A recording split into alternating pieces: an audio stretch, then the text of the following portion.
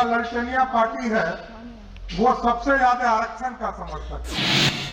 बिहार में ना उन्होंने किसी गरीब को आरक्षण दिया, ना दलित को आरक्षण दिया, ना पिछड़े को आरक्षण दिया, ना स्वर्ण को आरक्षण दिया। लेकिन लालू जी का आरक्षण क्या है पता है?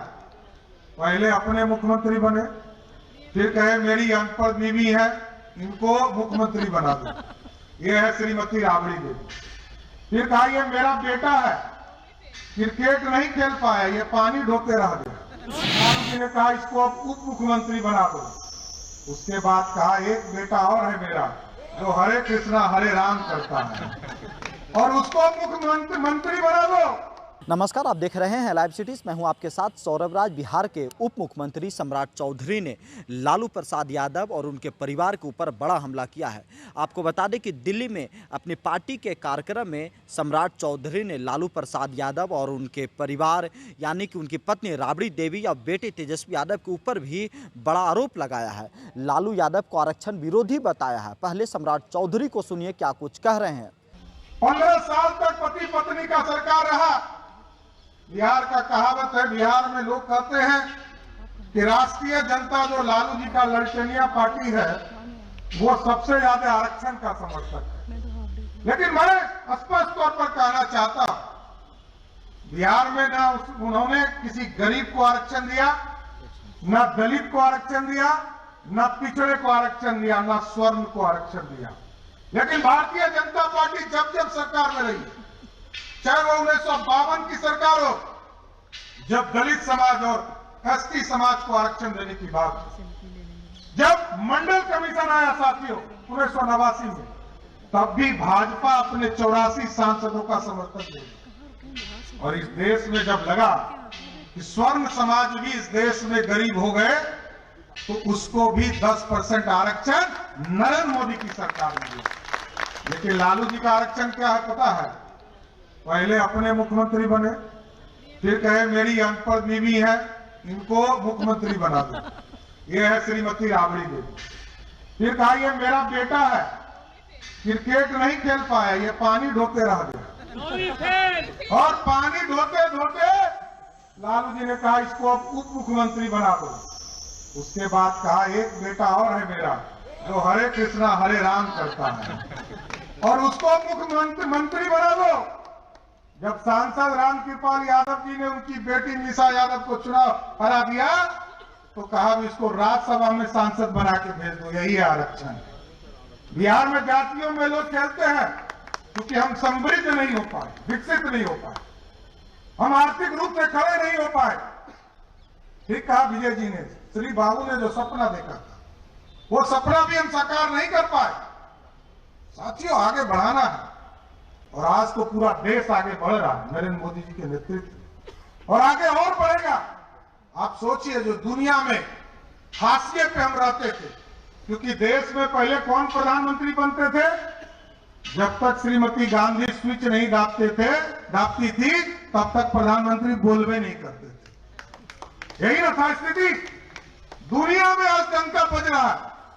लोग कहते थे नरेंद्र मोदी जी प्रधानमंत्री बनेंगे तो दुनिया में कैसे हम मैसेज देने का काम करेंगे। इतना घुमा और इतने लोगों को जोड़ने का काम किया कि जब यूक्रेन और रसिया में लड़ाई हुई तो पाकिस्तान और बांग्लादेशी भी भारत का झंडा लेकर बाहर निकलने लगे। यही है था।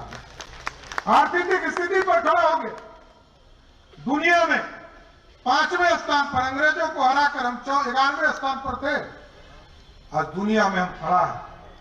लेकिन साथियों, हम दो ही आग्रह करके अपनी बात को, क्योंकि हम लोग को पटना भी लौटना है। एक तो जिस तरह बिहार को लूटने वाला बिहार में मुख्यमंत्री बने लालू प्रसाद जी, तो चारा खा गए, और जब रेल मंत्री बने तो सरकारी नौकरी जो रेल में होता है उसके बदले जमीन लिखवा ली, अलकतरा पी गए।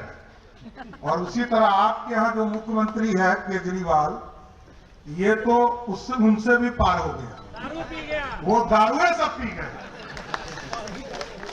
एकदम दारू माफिया, शराब माफिया। मैं तो बिहार की जनता को भी आपके माध्यम से कमिटमेंट करता हूं, और बिहार और दिल्ली दोनों में फर्क नहीं है साथी, क्योंकि हम बिहारी उत्तर प्रदेश के लोग तो आपके यहाँ आते और जाते ही रहते हैं और आपके अंग ही हैं। एकदम शराब माफिया। एक गारंटी प्रधानमंत्री जी का बड़ा अच्छा लगता है हमको कि प्रधानमंत्री जी ने गारंटी दिया है इस देश में माफिया जो करप्शन करने वाले हैं उसका खैर नहीं है। तो शराब माफिया, बालू माफिया और जमीन माफिया, इसको हर हालत में समाप्त करना है, ये पूरा प्रण लेना चाहिए आपको। और आजकल बिहार में सरकार बन गई तो लोग चिंता में हैं। ये जो जंगल राज के युवराज हैं, ये आजकल कह रहे हैं कि खेला होगा। तो हम लोग तो बच्चा को खेलने के लिए कुछ खिलौना देते हैं ना, तो बिहार में भी उसको खिलौना देंगे।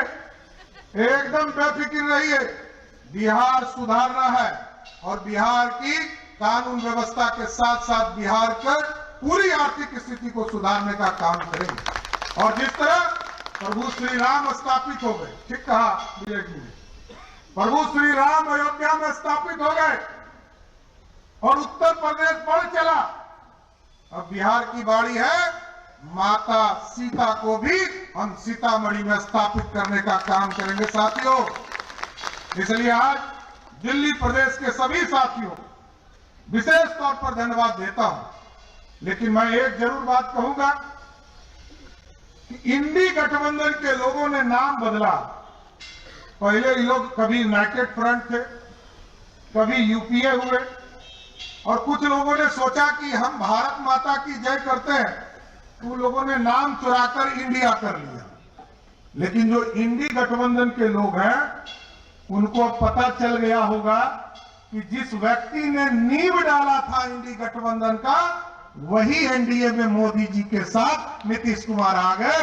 अब तो कुछ बचा ही नहीं। इसलिए दिल्ली प्रदेश के तमाम साथियों को, पूर्वांचल मोर्चा के सभी साथियों को और मंच पे बैठे सभी नेता को मैं विशेष तौर पर धन्यवाद भी देता हूं और आप लोगों से आह्वान भी करता हूं। वैसे तो बिहार जो लोग पलायन कर चुके हैं, जो यहां समृद्ध हो चुके, जो यहां काम में लग चुके, वो आप तो करते रहे। लेकिन जरूर यह स्पष्ट करता हूं, आगे के दिनों में कोई बिहारी पलायन नहीं करे, इसकी गारंटी जरूर स्थापित करना है।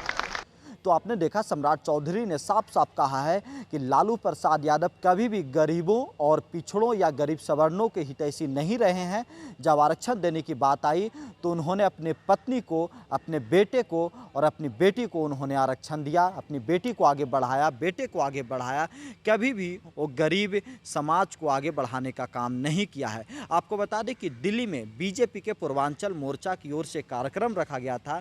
आपको बता दें कि दिल्ली में बिहार के दोनों डिप्टी सीएम पहली बार उनकी दिल्ली दौरा थी और जब दिल्ली आए तो उनकी पार्टी ने उनके लिए अभिनंदन समारोह रखा और उस कार्यक्रम में सम्राट चौधरी ने लालू प्रसाद यादव, उनकी पत्नी राबड़ी देवी, बेटे तेजस्वी यादव, बेटी मीसा भारती और साथ साथ तेज प्रताप यादव के ऊपर भी बड़ा आरोप लगाया है और उनके ऊपर परिवारवाद का आरोप लगाया। उनका साफ साफ कहना है कि बिहार में लालू प्रसाद यादव कभी भी गरीबों को आगे नहीं बढ़ाएं, वो सिर्फ अपने परिवार पत्नी को उन्होंने आगे बढ़ाया और वो आगे बिहार को नहीं बढ़ाना चाहते थे, इसीलिए बिहार पिछड़ा रह गया। दिल्ली से सौरभ राय, लाइव सिटी।